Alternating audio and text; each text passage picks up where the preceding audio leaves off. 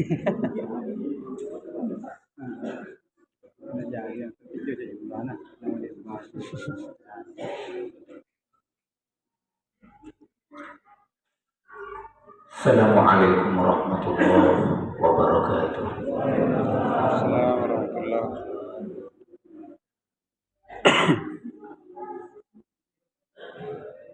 Allahu Akbar.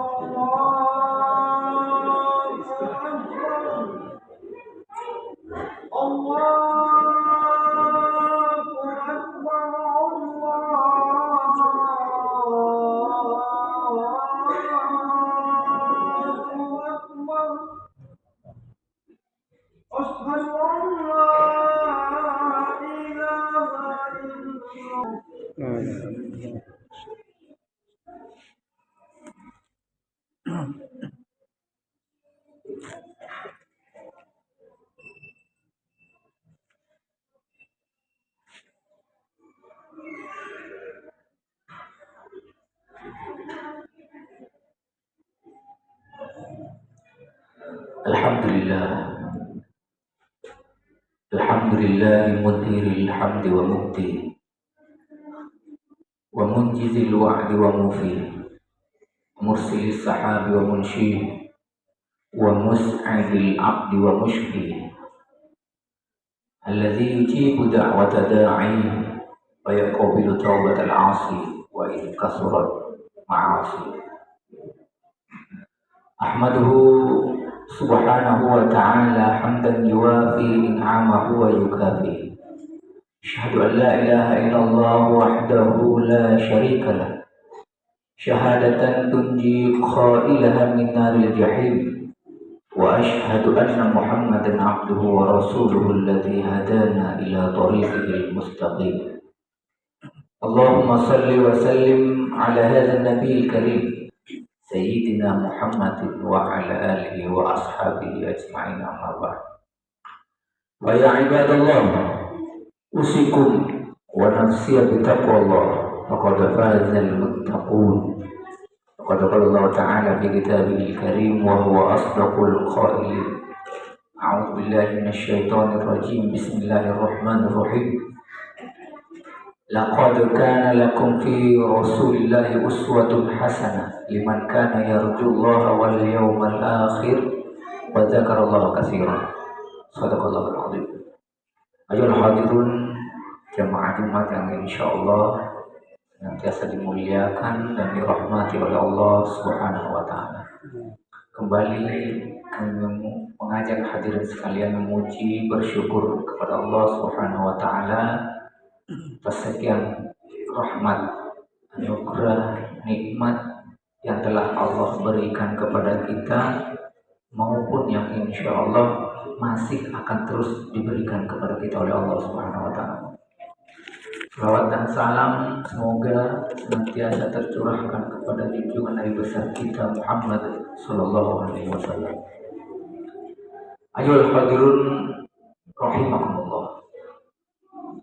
Dulu ketika Rasulullah Shallallahu Alaihi Wasallam itu masih hidup dan berada di antara para sahabat, boleh kita katakan bahwa segala urusan keagamaan itu mudah. Ada problem di masyarakat itu gampang diatasi.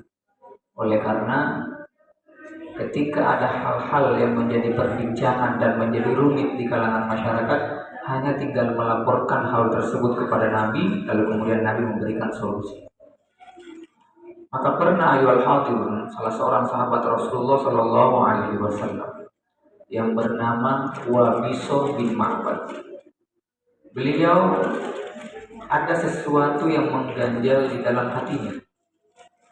Oleh karena itu, hal tersebut mungkin terus mengganggu beliau sehingga itu membawa keinginan beliau untuk bertemu dengan Nabi.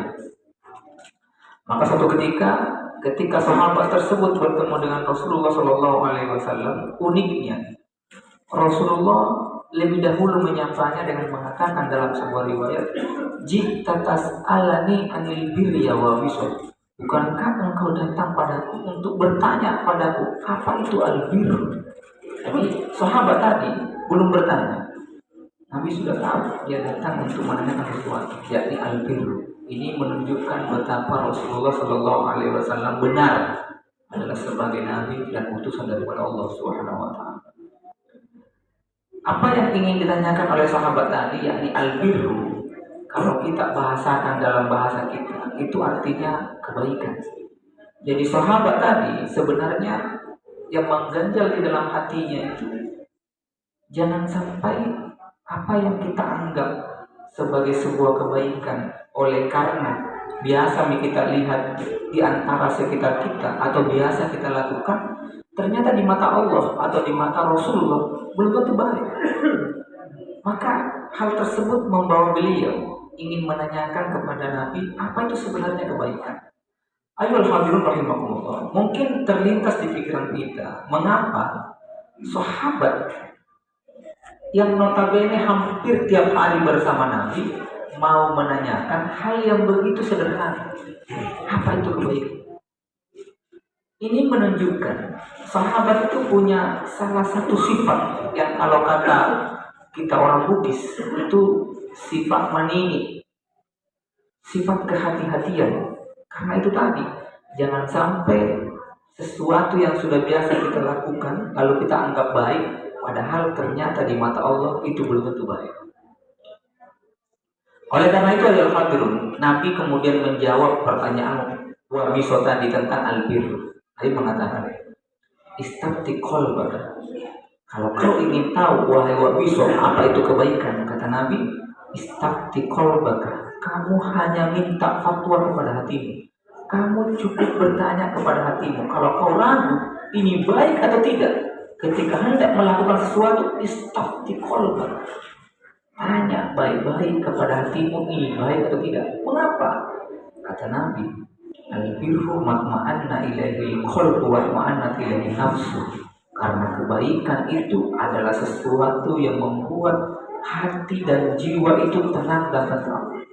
Itulah mengapa ya hadirun, biasanya kita sebagai manusia biasa, kalau hendak melakukan kebaikan, baru dipikir kita mau melakukan sebuah kebaikan, itu hati sudah tenang. Dan biasanya setelah kita melakukan kebaikan tadi, hati makin tenang dan kita ketagihan untuk melakukan hal yang sama atau bahkan lebih baik daripada hal tersebut. Kenapa? Karena tipikal hati, fitrahnya hati memang senang akan kebaikan.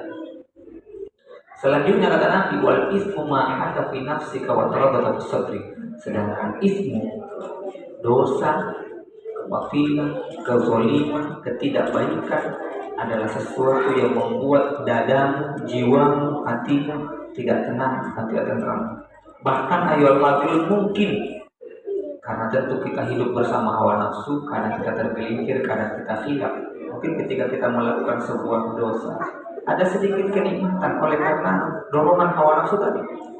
Tapi yakinlah kalau hati kita masih berfungsi sebagaimana fungsinya, mesti kita akan menyesali apa yang telah kita lakukan yang berupa sesuatu yang tidak baik. Ayo hadirun rahimakumullah. Dari hadis yang sangat pendek sebenarnya ini dapat kita ambil satu kesimpulan kecil, bahwa salah satu yang menjadi tolok ukur kita di dunia ini, baik dan tidaknya kehidupan kita di dunia ini, bahkan insya Allah sampai akhirat kelak, lihatlah seberapa jauh baiknya hati kita, seberapa jauh sucinya hati kita, seberapa jauh putihnya hati kita. Oleh karena hati yang baik akan senantiasa mengantarkan pada sesuatu yang baik. Dalam sebuah riwayat yang lain Nabi menegaskan, ala wa inna fil jasadi mudghah idza salahat salahal jasadu kullu wa idza fasadat fasadal jasadu kullu. Kata Nabi dalam sebuah riwayat, ketahuilah, ingatlah baik-baik bahwa di dalam tubuh kita sebagai seorang manusia ada satu anggota tubuh yang sangat kecil, mudghah, segumpal daging yang sangat kecil. Kata Nabi, idza salahat, kalau itu baik, maka solahal jasadu kullu, maka seluruh anggota tubuhmu ikutan baik. Mata hanya enak ketika melihat hal-hal yang baik. Mulut hanya enak ketika membicarakan hal-hal yang positif. Mudah diajak berzikir, mudah diajak ketika membaca Al-Quran. Tenang, tidak gampang capek. Kaki gampang dilangkahkan ke masjid, bunyi azan, tidak ada yang berat, langsung berangkat ke masjid sholat jamaah, tidak ada. Tapi kata Nabi, wa idza fasadat, kalau satu anggota tubuhmu yang itu kecil tadi sudah rusak, terkontaminasi oleh hal-hal yang tidak baik, maka fasadal jasadu kullu, maka seluruh anggota tubuhmu yang lain ikutan rusak. Maka dalam konteks itulah biasanya kita tidak menyadari. Mungkin ayolah hadirun, kalau kita kembali kemarin pada bulan Ramadan kemarin, kalau kita buka handphone mungkin bisa 2 jam, tidak terasa. Tapi kalau kita mengaji, buka baru 1 halaman, tidak sampai 1 halaman dibaca, tiba-tiba mata sudah mengantuk, bibir sudah lelah membaca Al-Quran, pantat tiba-tiba kram, padahal baru 1/2 halaman dibaca. Pengaruh daripada anggota tubuh yang sudah mulai rusak mempengaruhi sistem anggota tubuh yang lain, bosan, cepat capek pada kebaikan. Kata Nabi, ala wahya al-qalbu, satu anggota tubuhmu yang sangat kecil tadi tapi sangat berpengaruh itulah yang kita sebut dengan al-qalbu, hati. Maka ayo al-hadirun, sekali lagi, hati kita memiliki pengaruh yang sangat penting pada kebaikan kehidupan kita di dunia ini, bahkan sampai akhirat kelak. Ayo al-hadirun rahimakumullah. Itulah mengapa pernah ada salah seorang ulama yang bernama Syekh Mutawalli Asy'arawi, dalam sebuah ungkapannya beliau mengatakan, musibah yang paling besar yang menimpa manusia itu bukan kematian, ayo al-hadirun, tapi sampai sejauh ini yang kita rasakan, musibah yang paling membuat hati kita hancur, paling sedih, tak lain itu kematian. Apalagi kalau yang wafat meninggalkan kita adalah orang yang kita sayang, orang tua kita, pasangan kita, anak kita, kerabat yang sangat dekat dengan kita, atau bahkan tetangga yang sangat baik dengan kita. Tapi kata beliau, musibah yang paling besar yang menimpa manusia itu bukan kematian. Kata beliau, musibah yang paling besar yang menimpa manusia adalah ketika dia masih hidup sehat walafiat, bisa melakukan apapun yang dia mau, tapi dalam keadaan yang bersamaan hatinya sudah mati. Mengapa? Karena dalam keadaan seperti itulah kita manusia tidak bisa lagi membedakan mana yang halal, mana yang haram, mana yang baik, mana yang buruk, mana yang bermanfaat, mana yang merugikan. Yang ada di pikiran kita, kalau hati sudah rusak, ini sesuatu manfaat buat saya, tidak peduli apakah itu merugikan orang lain atau tidak. Nauzubillah, summa nauzubillah.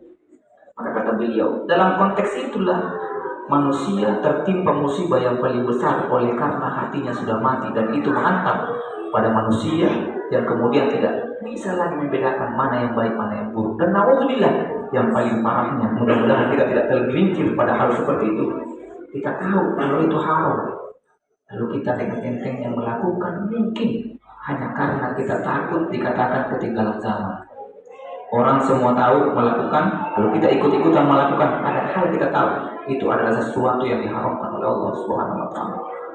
Ayo hadir rahimakumullah. Itulah kenapa ulama kita banyak mengajarkan kita doa. Salah satu doa yang diajarkan oleh ulama yang sebenarnya sangat luar biasa, tapi mungkin karena keterbatasan kita kadang-kadang kurang paham maknanya, mohon maaf, sehingga kita anggap doa itu biasa saja. Allahumma arinal haqqa haqqan warzuqna ittiba'ah wa arinal batila batilan warzuqna ijtinabah. Ya Allah, perlihatkanlah kebaikan dan kebenaran di mataku sebagai sebuah kebaikan, karena sekian banyak sekarang kebaikan tidak nampak lagi sebuah kebaikan. Disampul ulang nampak sebuah kejelekan, padahal itu adalah sesuatu yang baik di mata Allah.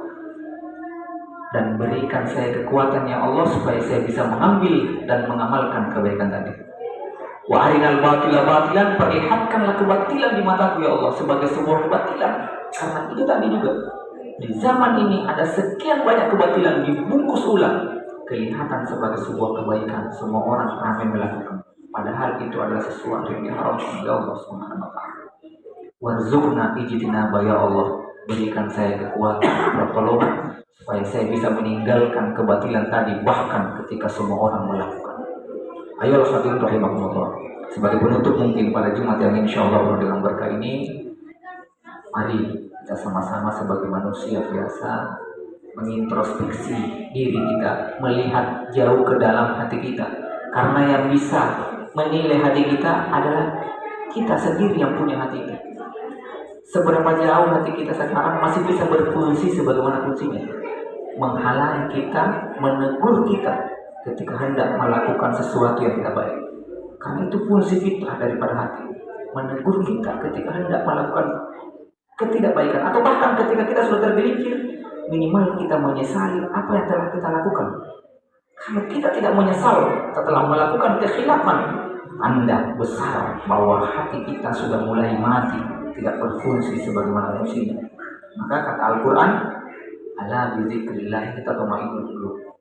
Banyak-banyak yang berzikir, subhanallah, alhamdulillah, wa la ilaha illallah, Allahu akbar, astaghfirullah, Allahumma sholli ala Muhammad. Semua zikir-zikir itu dan zikir-zikir yang lain, insya Allah kata Al-Quran tadi, bizikrillah tatma'innul qulub. Berbanyak zikir, insya Allah hati akan kembali menjadi tenang. Dan kemudian dengan ketenangan hati itu insya Allah mengobati hati kita yang sudah mulai tidak berfungsi sebagaimana fungsinya. Barangkali ini mungkin yang bisa kami sampaikan. Semoga ada manfaat berkahnya. Barakallahu li wa lakum fil Qur'anil azim wa nafa'ani wa iyyakum ma fihi minal ayati wa dzikril hakim wa taqabbal minni wa minkum tilawatahu innahu huwal ghafurur rahim.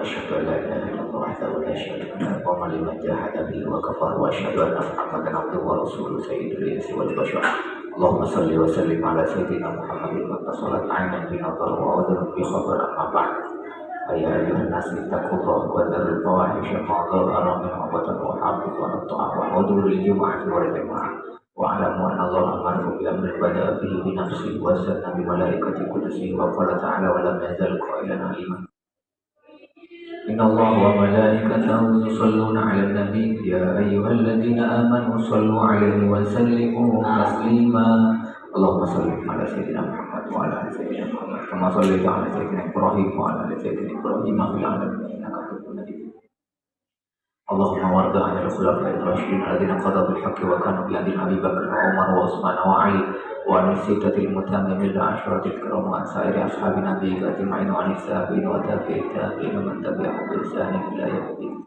اللهم لا تجعل لأحد منهم في عنقنا ظلما ونجنا بحبهم من أهوال يوم القيامة اللهم أعز الإسلام والمسلمين وأهلك الكفرة والمشركين وأعلي كلمتك إلى يوم الدين اللهم آمنا في دورنا وأصلح ولاة أمورنا واجعل اللهم ولايتنا في من خافك واتقاك اللهم اغفر للمسلمين والمسلمات والمؤمنين والمؤمنات الأحياء منهم والأموات برحمتك يا واهب العافية ربنا آتنا في الدنيا حسنة وفي الآخرة حسنة وقنا عذاب النار عباد الله إن الله يأمر بالعدل والإحسان وإيتاء ذي القربى وينهى عن الفحشاء والمنكر والبغي يعظكم لعلكم تذكرون فاذكروا الله العظيم يذكركم واسألوا من فضله يؤتكم ولذكر الله عز وجل أكبر والله يعلم ما تصنعون. والسلام عليكم ورحمة الله.